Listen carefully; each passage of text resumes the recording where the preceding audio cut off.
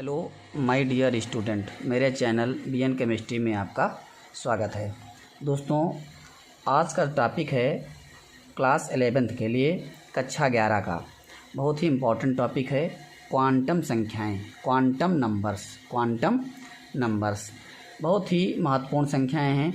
जिस प्रकार से हम लोगों का एक निश्चित एड्रेस होता है, पोस्टल एड्रेस होता है, जिसके आधार पर डाकिया घर पहुंचता है या कोई भी लेटर घर पहुंचता है, ठीक उसी प्रकार से इलेक्ट्रॉनों के बारे में पूरी जानकारी, इनकी स्थिति और ऊर्जा की सही जानकारी हमें क्वांटम संख्याएं देती हैं।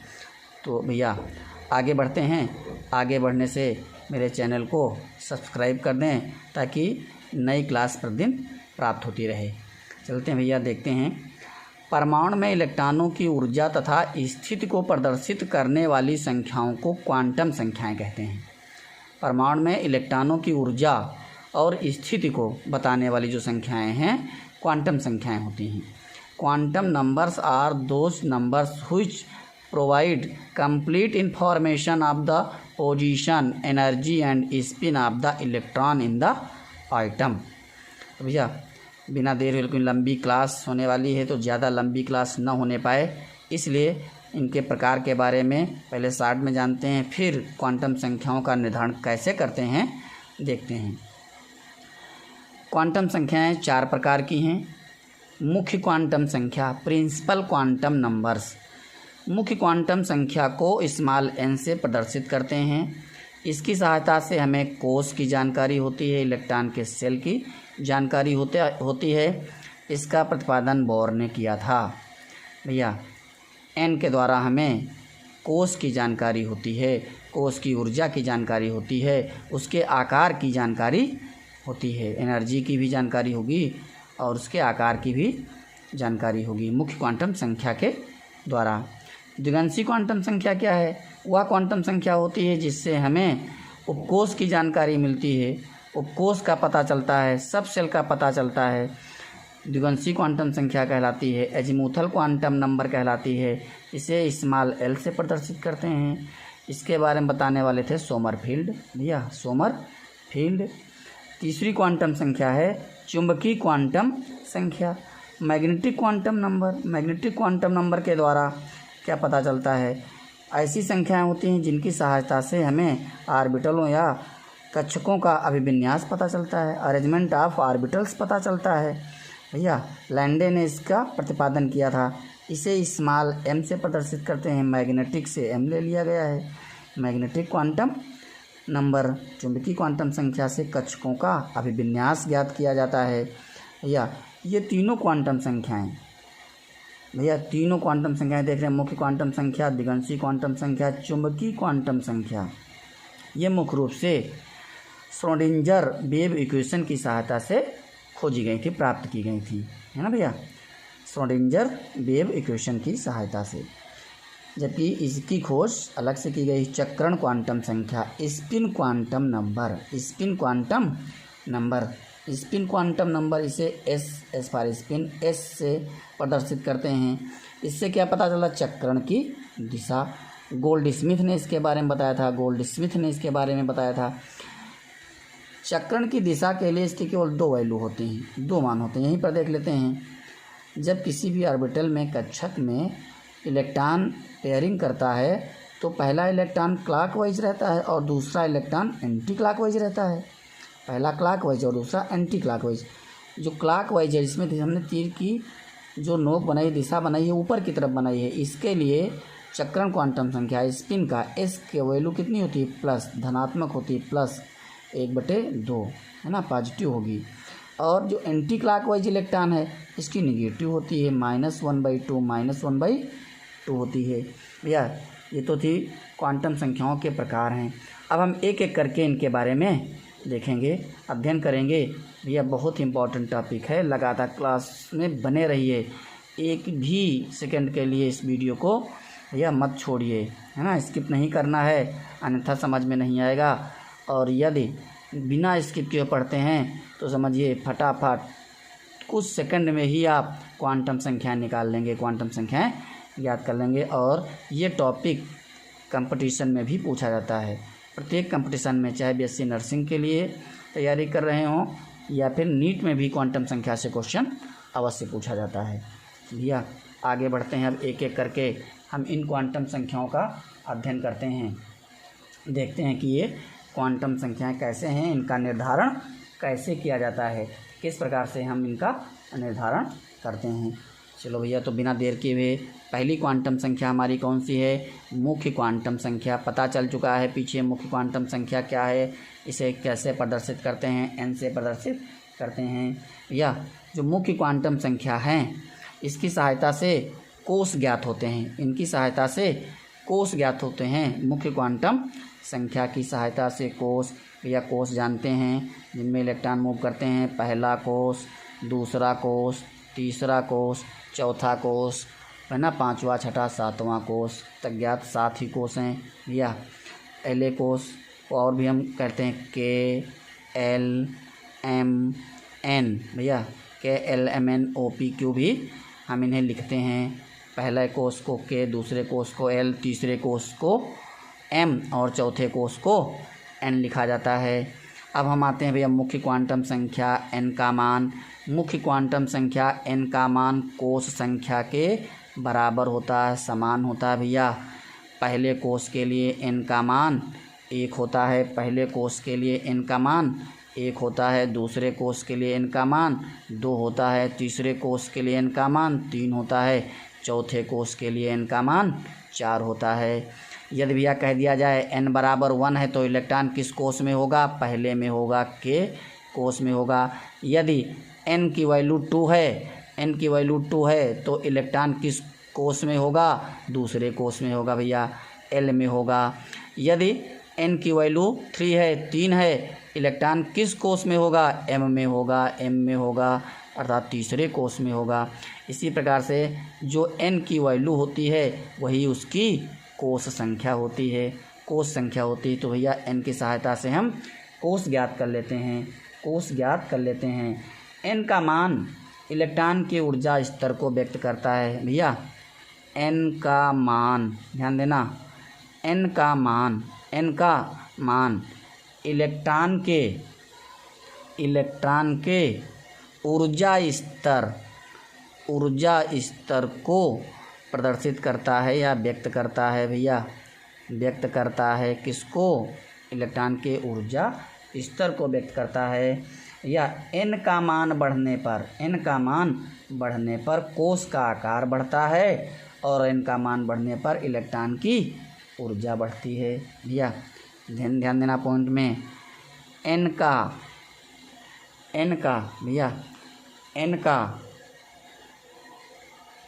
का मान बढ़ने पर कोष का आकार बढ़ता है, कोष का आकार बढ़ता है। भाई n का मान बढ़ेगा, कोष का आकार बढ़ेगा, क्यों? क्योंकि कोष हमेशा बाहर ही बनेगा। जैसे ये न्यूक्लियस है तो पहला कोष यहाँ बना तो देखिए आकार बढ़ गया, दूसरा कोष यहाँ तो इसका आकार देखिए इससे बड़ा हुआ कि नहीं हुआ। और अगर आगे बढ़ता है n का मान तो इससे भी बड़ा हो जाएगा। तो n का मान बढ़ने पर कोष का आकार बढ़ता है भैया। एक पॉइंट इसी में देख लेते हैं, क्या बताया गया है कि n का मान बढ़ने पर क्या बढ़ती है? बोलो भैया, इलेक्ट्रॉन की ऊर्जा बढ़ती है। बढ़ने पर इलेक्ट्रॉन की ऊर्जा बढ़ती है, ऊर्जा बढ़ती है भैया। इलेक्ट्रॉन की ऊर्जा भी बढ़ती है भैया। हम ध्यान देते हैं, किसी भी nवें कोष की ऊर्जा जो है, nवें कोष की ऊर्जा En बराबर क्या लिखी जाती है? -1/n² इंटू E1 लिखी जाती है भैया। n मुख्य क्वांटम संख्या है, n मुख्य क्वांटम संख्या है। एक एक पॉइंट को धीरे धीरे भैया पढ़ते रहेंगे और नोट भी करते रहेंगे। कहीं पर किसी भी समय यदि लगे समझ में नहीं आता है तो भैया कमेंट बॉक्स में लिख करके अवश्य बता दें भैया। इस प्रकार से हम इसकी सहायता से आकार, ऊर्जा और कोष के बारे में ज्ञात कर लेते हैं। एक पॉइंट हाइड्रोजन के लिए देखिए, कंपटीशन में क्वेश्चन पूछा जाता है। हाइड्रोजन के लिए भैया ई एन है, ई एन का मतलब समझ गए हैं, एनवे कोर्स के लिए ना, तो ये बराबर होती है -13.6/n² इलेक्ट्रॉन वोल्ट पर आइटम, इलेक्ट्रॉन वोल्ट प्रति परमाणु। इलेक्ट्रॉन वोल्ट में ये n मुख्य क्वांटम संख्या है, कोष की संख्या है, हम ज्ञात करना पहले के लिए, दूसरे के लिए, तीसरे के लिए। और भैया इसी को हम जूल में भी लिख सकते हैं, इसी को। तो जूल के लिए यदि हम लिखते हैं तो कितनी हो जाती है भैया, 21.79 × 10⁻⁻⁹/n²। ये किस में हो जाएगी भैया, ये जूल पर आइटम में हो जाएगी, जूल पर आइटम में। तो हाइड्रोजन के लिए इसको भैया नोट कर लेना, या कंपटीशन के लिए बहुत ही इंपॉर्टेंट है ये क्वेश्चन, और बहुविकल्पी में भी पूछा जाता है। तो मुख्य क्वांटम संख्या से थोड़ा और आगे भैया बढ़ते हैं, दूसरी क्वांटम संख्या की ओर आ जाते हैं। नंबर 2, दूसरी क्वांटम संख्या क्या बताई गई भैया, दिगंशी बताई गई थी, एजीमूथल बताई गई थी, एजीमूथल क्वांटम नंबर, जिसे किससे प्रदर्शित किया गया था, स्मॉल एल से प्रदर्शित किया गया था भैया, स्मॉल एल से प्रदर्शित किया गया था। ध्यान देना, बहुत ही अब इम्पॉर्टेंट टॉपिक शुरू हुआ है। एल से प्रदर्शित करते हैं। एल के मान मुख्य क्वांटम संख्या n पर निर्भर होते हैं, अर्थात n के आधार पर निकालते हैं, n के आधार पर निकालते हैं। कहाँ से कहाँ तक होते हैं भैया, l के मान कहाँ से कहाँ तक होते हैं, l का मान होता है भैया 0 से n-1 तक। l के मान कहाँ होते हैं भैया, 0 से n-1 तक होते हैं, 0 से n-1 तक होते हैं, मतलब 0 से लिखना शुरू करेंगे और n के मान से 1 कम रखेंगे। जैसे यहाँ पर थोड़ा और देख लेते हैं, फिर आगे बढ़ते हैं। जैसे यदि n = 2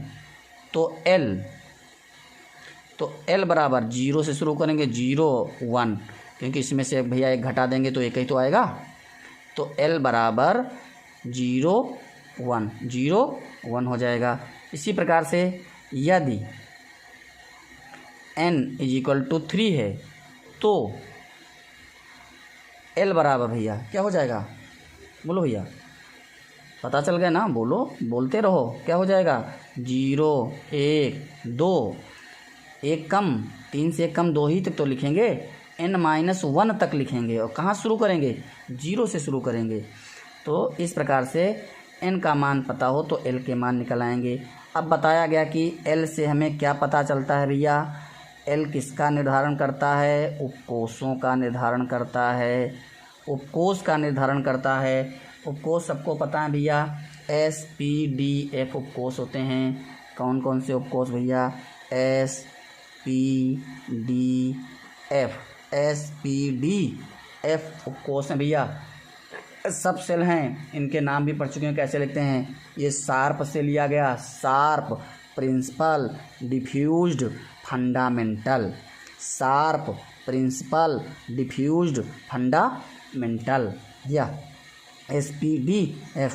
इनका निर्धारण होता है L के आधार पर भैया। यदि L का मान 0 है तो S उपकोष होगा, और P के लिए इसका मान 1 होगा, D के लिए L का मान 2 होगा, F के लिए L का मान 3 होगा। भैया L बराबर 0 तो कौन सा उपकोष होगा, S उपकोष। L बराबर 1 तो कौन सा उपकोष होगा, P उपकोष। L बराबर 2 तो कौन सा उपकोष होगा, D उपकोष। L बराबर 3 होगा तो कौन सा उपकोष होगा, F उपकोष होगा। अर्थात यदि उपकोष हमें पहले से पता है कि इलेक्ट्रॉन इस उपकोष में है, इससे पहले से पता हो कि ऐसे लिखा है भैया, सॉरी 3p, तो 3p हमको पता है कि n का मान यहाँ 3 है और p के लिए l का मान 1 है, तो पता है कि यहाँ पर इलेक्ट्रॉन है तो p में जितने इलेक्ट्रॉन हैं उनके लिए l की वैल्यू तो 1 हो जाएगी। यहाँ पर 3p लिखा है, इसका मतलब n बराबर 3 है, और p है तो l बराबर कितना है 1 है, क्योंकि अब हमें यहाँ पर पता है उसका उपकोष क्या है। लेकिन यदि नहीं पता है तो हम बताएंगे कि यदि l = l 1 कौन सा उपकोष होगा, तब बताएंगे कि उपकोष बराबर कौन सा होगा, p होगा। उपकोष बराबर कौन सा होगा भैया, p होगा। तो इस प्रकार से s के लिए 0, p के लिए 1, d के लिए 2 और f के लिए 3 होता है। किसका भैया, l का मान भैया ध्यान देना, कहीं पर कोई बीच बीच में ध्यान देते रहना, कहीं पर कोई दिक्कत हो तो तुरंत बताना, है ना भैया। आगे बढ़ते हैं, एक चीज़ और ध्यान दें, l के जो कुल मान की बात करें तो जो n है n के कुल मान के बराबर होते हैं, है ना, बराबर n के कुल मान होंगे। ध्यान देना, जैसे l बराबर कुल मान की बात करें, कुल टोटल की, तो ये बराबर n के बराबर होंगे। कैसे होंगे भैया, ये कैसे कह दिया कि n के जितने मान हो रहे हैं यहाँ पर, तो यदि जैसे लिखा है कहीं पर कि यदि n बराबर 2 है, तो n बराबर 2 के लिए हम जानते हैं कि l का मान कितना लिखते हैं, हम 0 लिखते हैं, 1 लिखते हैं। और इसके लिए उपकोष यस हुआ और इसके लिए उपकोष p हुआ। तो n के मान 2 थे तो l के मान भी 2 ही तो आए हैं। देखिए कुल मान 2 ही तो हैं, 0 और 1, कुल मान तो 2 ही हैं। उपकोष भी एक s हुआ और एक p हुआ। तो इस प्रकार से कुल मान l के n के बराबर होते हैं, बराबर n का मान जितना होगा उसी के बराबर हो जाएंगे भैया। यदि l पता हो तो हमें कुल इलेक्ट्रॉनों की संख्या भी पता चल जाती है और कुल कक्षकों की संख्या भी पता चल जाती है। इलेक्ट्रॉनों की संख्या भी पता चल जाएगी और कुल कक्षकों की संख्या भी पता चल जाती है यदि हमें l पता होता है भैया। l पता होता है कैसे, यदि हम कह दें कि बताओ किसी भी कोष में या उपकोष में इलेक्ट्रॉनों की संख्या कितनी है और l का मान दिया हो, l की वैल्यू दी हो, तो ध्यान देना इलेक्ट्रॉनों की संख्या बराबर होती है भैया 2 × 2l + 1। फार्मूला याद रखना, इलेक्ट्रॉनों की संख्या 2 × 2l + 1। और यदि यहीं हम पूछ लें कक्षकों की संख्या, कक्षकों का अभिविन्यास पता चलेगा भी m के द्वारा, लेकिन बात करें हम अगर कक्षकों की संख्या, यहीं पर सूत्र कक्षकों की संख्या, तो ये हो जाएगी 2l + 1। अब इसके आधी क्यों लिखी, क्योंकि एक कक्षक में 2 इलेक्ट्रॉन रहते हैं तो इलेक्ट्रॉन तो दुगने हो ही जाएंगे, भैया। तो इसलिए कक्षकों की संख्या 2l + 1 होगी और इलेक्ट्रॉनों की संख्या 2 × 2l + 1 होगी। जहाँ l क्या है, द्विगांशी क्वांटम संख्या है, एजीमुथल क्वांटम नंबर है। l की वैल्यू यहीं पर रख दी जाएगी जितना दिया होगा कि इस l बराबर 2 है तो इसमें बताइए 2 इलेक्ट्रॉनों की कुल संख्या कितनी होगी, तो उसके लिए l की वैल्यू यहाँ 2 रख देंगे और 2 से गुणा कर, 2 दूनी 4, 1 5, 5 दूनी 10, टोटल 10 इलेक्ट्रॉन हो जाएंगे। इस प्रकार से भैया, इस प्रकार से l के आधार पर हम SPDF निकाल लेंगे और l के आधार पर कुल इलेक्ट्रॉन निकाल लेंगे, l के आधार पर कुल कक्षकों की संख्या भी निकाल लेंगे। यहाँ तक क्लियर है, कहीं पर कोई परेशानी तो नहीं है भैया, कहीं पर कोई दिक्कत कोई परेशानी तो नहीं है। आगे बढ़ते हैं, आगे बढ़ जाएं, क्योंकि अभी भी थोड़ा स्पीड से, क्योंकि बहुत टॉपिक अभी भी इसमें बचे हुए हैं, इसलिए थोड़ा सा स्पीड बढ़ा करके तीसरी क्वांटम संख्या की बात करें तो भैया m मतलब मैग्नेटिक, m मतलब क्या है भैया, बोलो, मैग्नेटिक क्वांटम नंबर मतलब चुंबकीय क्वांटम संख्या। अब हम बात करते हैं भैया चुंबकीय क्वांटम संख्या द्वारा बताया गया उधर क्या पता चलता है, कक्षकों का अभिविन्यास पता चलता है भैया, कक्षकों का अभिविन्यास कई बार बोर्ड में क्वेश्चन पूछा गया, बहुविकल्पी में कई बार पूछा गया, कंपटीशन में भी पूछा गया। किसका, अरेंजमेंट ऑफ ऑर्बिटल, किसकी सहायता से, मैग्नेटिक क्वांटम संख्या की सहायता से पता चलता भैया। चलते हैं अब, इसके मान किस पर निर्भर करते हैं, m के मान एल पर निर्भर करते हैं। एम के मान हम एल के आधार पर निकालते हैं भैया। एम के मान हम किसके आधार पर? एल के आधार पर निर्भर करते हैं। किसके आधार पर निकालेंगे भैया? एल के आधार पर निकालेंगे। एल के आधार पर निकालेंगे एम के मान। कैसे भैया? कितने मान होते हैं एम के? ध्यान देना, एम के लिए हम एल जब पता हो तो मान को लिखते हैं कितने? माइनस एल से जीरो सहित, जीरो लेते हुए, है ना, बढ़ते क्रम में या घटते क्रम में लिख सकते हैं। माइनस एल से जीरो सहित प्लस एल तक, प्लस एल तक, या फिर हम इसको प्लस से भी ले सकते हैं भैया। प्लस एल से जीरो सहित माइनस एल तक भी ले सकते हैं भैया। मुख्य रूप से माइनस एल से जीरो सहित प्लस एल तक। कैसे? ध्यान दो, लिखा है भैया एल बराबर 1, तो एम बराबर माइनस से शुरू कर देते हैं। -1 होगा, 0 होगा और +1 होगा। 1 को ही हम माइनस से लिखना शुरू करें और प्लस तक लिखते चले जाएं। तो भैया -1 है, फिर 0 है, +1 है, -1 है, 0 है, +1 है। और हम जानते हैं एल बराबर 1 है, तो हमारा जो सब सेल होता है वो कौन सा होता है? सब सेल कौन सा होगा? पी होगा, पी होगा। अब पी में कक्षकों की संख्या, ऑर्बिटल की संख्या एम से देखिए पता चल गई कितनी। एल बराबर 1 है तो सब सेल पी है, और पी में कक्षक कितने हैं? 3 हैं। -1, 0, +1 के लिए पी में 3 कक्षक होते हैं, PX, PY, PZ। लेकिन जो 0 की वैल्यू सदैव PZ। बहुत इंपॉर्टेंट क्वेश्चन, बहुत इंपॉर्टेंट क्वेश्चन, एक नहीं कई बार लगातार नीट में भी पूछा गया क्वेश्चन भैया। PZ के लिए एम का मान, PZ के लिए एम का मान सीधे भी आँख बंद करके लिखना है क्या? 0 होता है, 0 होता है PZ के लिए। XYZ मत नहीं लिखना भैया। -1 यहाँ पर PX के लिए है और 0 PZ के लिए है, +1 PY के लिए है। इनमें परिवर्तित कर सकते हैं, प्लस माइनस का चिन्ह बदल सकता है, लेकिन PZ के लिए m का मान 0 रहेगा। PZ के लिए m का मान 0 रहेगा भैया। कहीं पर कोई भी कन्फ्यूजन नहीं होना चाहिए। तो इस प्रकार से L का मान यदि 1 है तो m के मान 3 हो जाएंगे, -1, 0, +1। उपकोष D है और उनमें 3 कक्षक हैं, 3 ऑर्बिटल हैं। इसी प्रकार से यदि L की वैल्यू L बराबर 2 है तो m बराबर क्या हो जाएगा भैया? माइनस से लिखना शुरू कर दो। -2 लिखो, -1 लिखो, 0 लिखो, +1 लिखो और +2 लिखो। भैया ध्यान दीजिए, कहीं पर कोई जल्दबाजी नहीं करना है।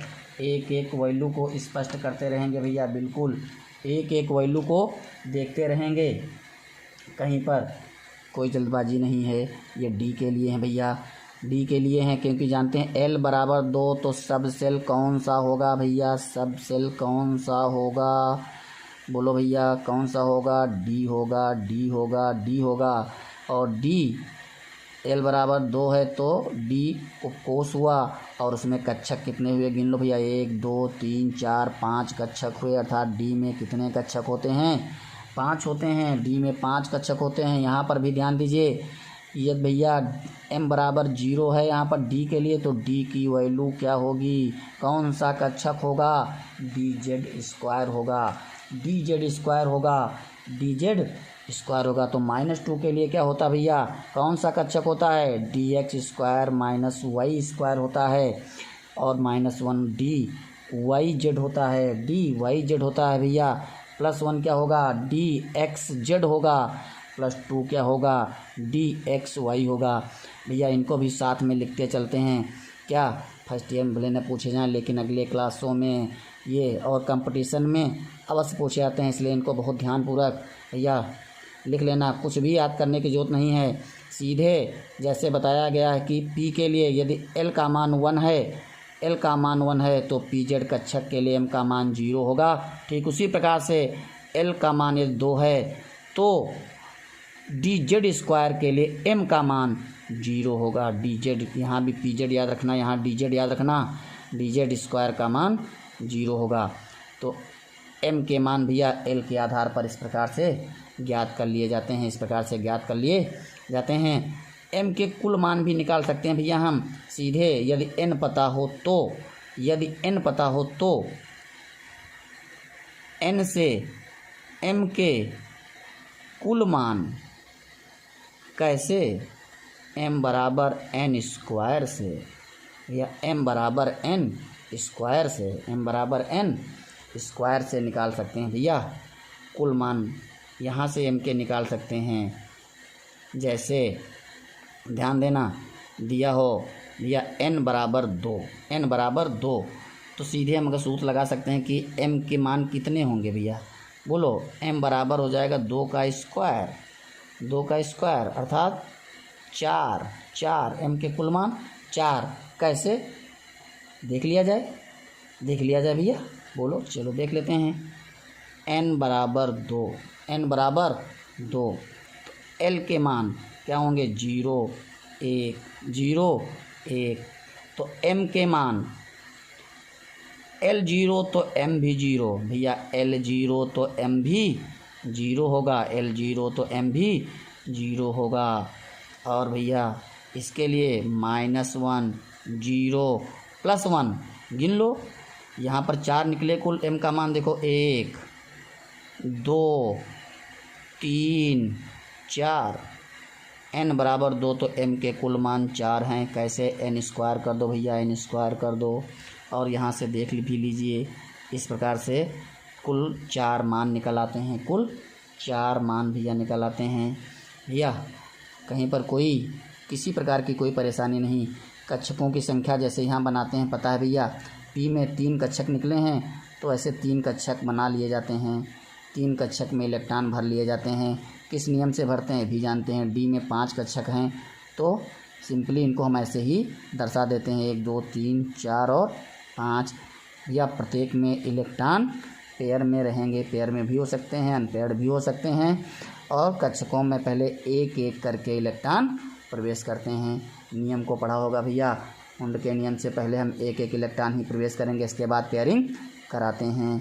और जब इलेक्ट्रॉन पहला कक्षक में प्रवेश करता है तो क्लॉकवाइज मूवमेंट करता है, और उस सिंगल इलेक्ट्रॉन के लिए जो पहला इलेक्ट्रॉन जाएगा प्रत्येक कक्षक में, उसके लिए s का मान पॉजिटिव होता है, s का मान +1/2 होता है। प्लस का मान भैया 1/2 होता है। पीछे देख चुके हैं 2 ही मान होंगे, क्योंकि कक्षक में 2 ही इलेक्ट्रॉन होंगे। एक कक्षक में 2 इलेक्ट्रॉन, एक के लिए s का मान पॉजिटिव और एक के लिए निगेटिव होगा। एक का होगा +1/2, दूसरे का -1/2 हो जाएगा। भैया क्लास लंबी हो रही है, इस पर आधारित न्यूमेरिकल अगली क्लास में देखें। बिना मिस किए हुए लगातार भैया क्लास को पढ़ते रहें, क्लास को देखते रहें। कहीं पर कोई भी परेशानी लगती है तो भैया कमेंट के द्वारा बताएं, लेकिन चैनल को लाइक करें, शेयर करें और सब्सक्राइब करें। जब तक भैया पूरा वीडियो नहीं देखेंगे तब तक कुछ भी समझ में नहीं आएगा। स्किप मत करें, एक एक पॉइंट को पढ़ें और बिना रटे हुए केमिस्ट्री को आगे बढ़ाएं, समझें। धन्यवाद।